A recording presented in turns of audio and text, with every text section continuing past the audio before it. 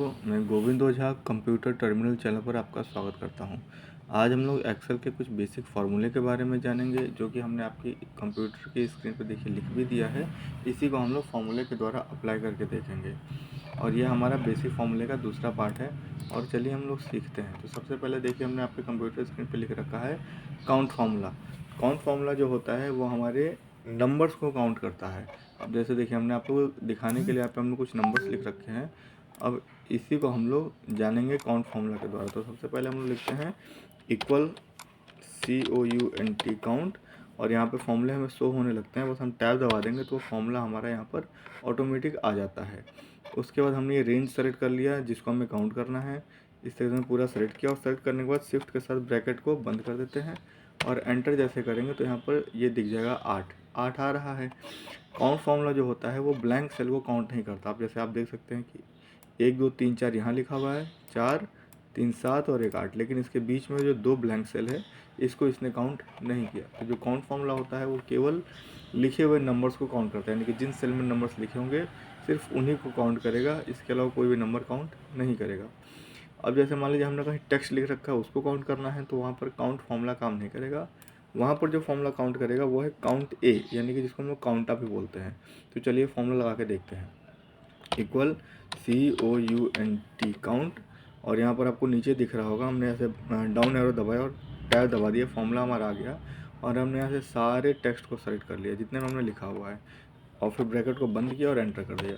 तो यहाँ पे देखिए 23 आ गया। अब इन लाइनों को गिनेंगे तो 23 लाइनें होंगी। तो इस तरीके से हम लोग अगर कहीं पे टेक्स्ट लिखा हुआ है और उन सेल्स को काउंट करना है तो हम लोग काउंट ए फॉर्मूले का यूज करेंगे। अब मान लीजिए हमने कुछ लिखा हुआ है और उसमें कितनी ब्लैंक सेल्स हैं ये जानना है, तो हम लोग अप्लाई करेंगे काउंट ब्लैंक फॉर्मूले का। तो इक्वल COUNT काउंट, और यहाँ पे डाउन एरो दबा के फॉर्मूला सेलेक्ट कर दिया, टैब दबा दिया और हमने फिर से वही वाला जो लिखा था उसी को सेलेक्ट कर दिया, ब्रैकेट को बंद किया और एंटर किया। तो यहाँ पर देखिए 2 लिख के आ गया। जैसा कि यहाँ पे देखिए 2 जो सेल्स हैं वो 2 ब्लैंक है, सिर्फ इसने ब्लैंक सेल को काउंट किया और किसी को काउंट नहीं किया। अब अगला जो है लिखा है कंट्रोल डी। कंट्रोल डी क्या होता है, जैसे कभी कभी हमने कोई टेक्स्ट लिख दिया है और वही चीज़ हमें दोबारा से उसी के नीचे लिखनी है।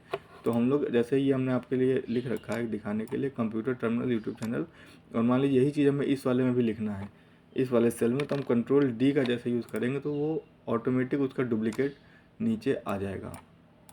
तो आप कंट्रोल डी फॉर्मूले का यूज कर सकते हैं। अब जैसे मान लीजिए हमें कोई चीज़, यानी कि जैसे कि मान लीजिए हमने ये वाला टेक्स्ट जितना भी लिखा है ये कहीं और ले जाना है, तो हमने इसको ऐसे सेलेक्ट कर लिया जितना भी हमें ले जाना है, और हमने कंट्रोल C किया और जहाँ पर ले जाना होता है वहाँ पर कंट्रोल V दबाते हैं।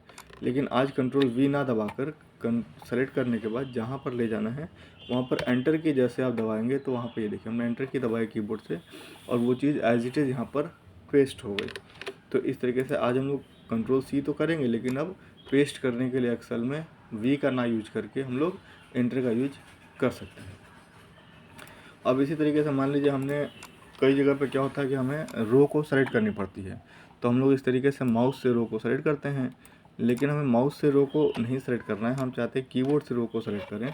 तो इस एग्जांपल में हम लोग समझेंगे। तो यहाँ पर हमने देखिए यहाँ पे हमने इसका शॉर्टकट की लिख रखा है शिफ्ट, ये वाला हम लोग सीखेंगे।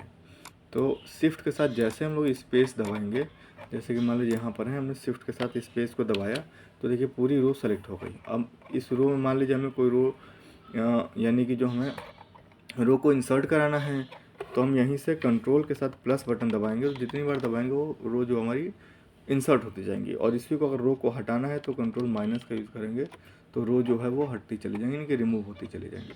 तो हमने ये वाला जान लिया, यानी कि कैसे हम लोग रो को इंसर्ट कराते हैं, कैसे रो को वो रिमूव करते हैं और कैसे रो को सेलेक्ट करते हैं।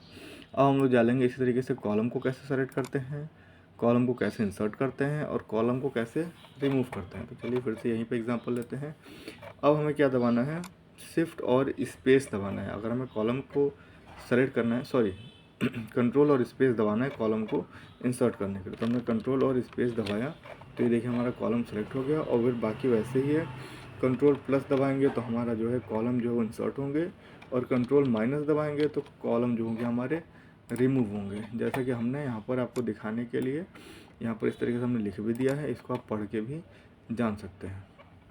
अब मान लीजिए हमें सीट के चारों तरफ जो जो सीट हमने बना रखी है इसके चारों तरफ अगर मूव कर रहे हैं यानी घूमना है, हम जानना चाहते हैं कि इसका लास्ट क्या है, तो हम कंट्रोल दबा लें और एरो की जो होती है हमारी अप डाउन लेफ़्ट राइट उसके थ्रू हम लोग कंट्रोल दबाने के बाद जिधर की एरो की दबाएंगे ये देखिए उधर हम लोग जा सकते हैं। तो आपने यह भी सीख लिया अगर सीट में मूव करना है तो हम किस तरीके से मूव करेंगे। अब हम लोग जानेंगे जैसे मान लीजिए हमें कहीं भी हमारा जो है सेलेक्ट है सेल, इसको हम लोग सेल बोलते हैं, ये आप हमारी वीडियो देख सकते हैं पहले जो है। अब हमें एकदम बेसिक पे आना है यानी होम पे आना है, तो कंट्रोल के साथ हम होम दबाएंगे तो ये देखिए यहाँ पर शुरुआत में एकदम आ चुका है हमारा, और कंट्रोल के साथ एंड दबाएंगे तो जो भी हमारा लास्ट होगा वो वहाँ पर हम लोग आ जाएंगे, और फिर से हम लोग कंट्रोल होम दबाएंगे तो स्टार्टिंग में यानी कि बिगिनिंग में हम आ जाएंगे। तो अगर कंप्यूटर की सीट्स में कहीं भी हमें बिगिनिंग में या एंड में जाना हो तो हम लोग कंट्रोल होम और एंड की का यूज कर सकते हैं। अब कभी कभी क्या होता है कि हमने देखिए जैसे यहाँ पे देख सकते हैं कि हमने कई सारी सीटें बना रखी है और हमें आगे की या पीछे की सीट्स में जाना हो तो हम उस पर ऐसे क्लिक करते हैं माउस से, तो हमें क्लिक ना करके हम चाहते हैं कि कीबोर्ड के थ्रू जाए, तो कंट्रोल के साथ पेज अप और पेज डाउन का हम लोग यूज़ करेंगे, जैसे कि हमने यहाँ पे लिख भी रखा है। तो चलिए एक बार करके देख लेते हैं। कंट्रोल हमने पेज अप दबाएंगे तो इधर पीछे की तरफ आते जाएंगे, और कंट्रोल पेज डाउन दबाएंगे तो नेक्स्ट सीट में हम लोग जा सकते हैं। अब इसी के साथ हम लोग यहाँ पे सीखेंगे लार्ज फार्मूला, मिनिमम फार्मूला और मैक्सिमम फार्मूला। तो अगर कोई भी जैसे हमने नंबर्स लिखे हैं, अगर इनमें हमें जानना है कि सबसे छोटा या बड़ा नंबर कौन सा है, अगर बड़ा नंबर जानना है तो इक्वल MAX मैक्स फार्मूला लगाएंगे, टैब दबाएंगे और इस तरीके से नंबर्स को सेलेक्ट करेंगे। सेलेक्ट करने के बाद ब्रैकेट को बंद करेंगे तो यहाँ पर एंटर आ गया। तो सबसे बड़ा नंबर इसमें हमारा लिख के आ जाता है मैक्सिमम फार्मूला के द्वारा। लेकिन हम जानते हैं कि इसके बाद सबसे यानी कि सेकंड मैक्सिमम कौन सा है, तो शायद बहुत कम ही लोगों को पता होता है कि सेकंड मैक्सिमम कैसे निकाल सकते हैं। तो उसके लिए हम लोग फॉर्मूले का यूज़ करेंगे इक्वल LARGE लार्ज।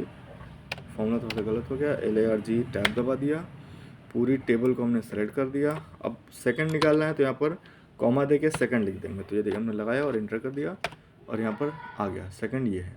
इस तरह थर्ड निकालना है, थर्ड लार्ज, तो इक्वल LAR टैब दबाया, हमने सेलेक्ट किया अपना जो एरे होता है जो हमें लेना है, और फिर इस तरीके से कॉमा लगा के हमने थर्ड लिख दिया, तो हमारा तीसरा बड़ा नंबर मिल जाएगा। इसी तरीके से हम मैक्सिमम में सिर्फ एक ही वैल्यू निकाल सकते हैं जो सबसे बड़ा हो, लेकिन लार्ज फार्मूले के द्वारा हम लोग सेकेंड, थर्ड, फोर्थ ये सारी चीज़ निकाल सकते हैं। इसी तरीके से हम मिनिमम निकाल के देखेंगे इक्वल MIN मिन।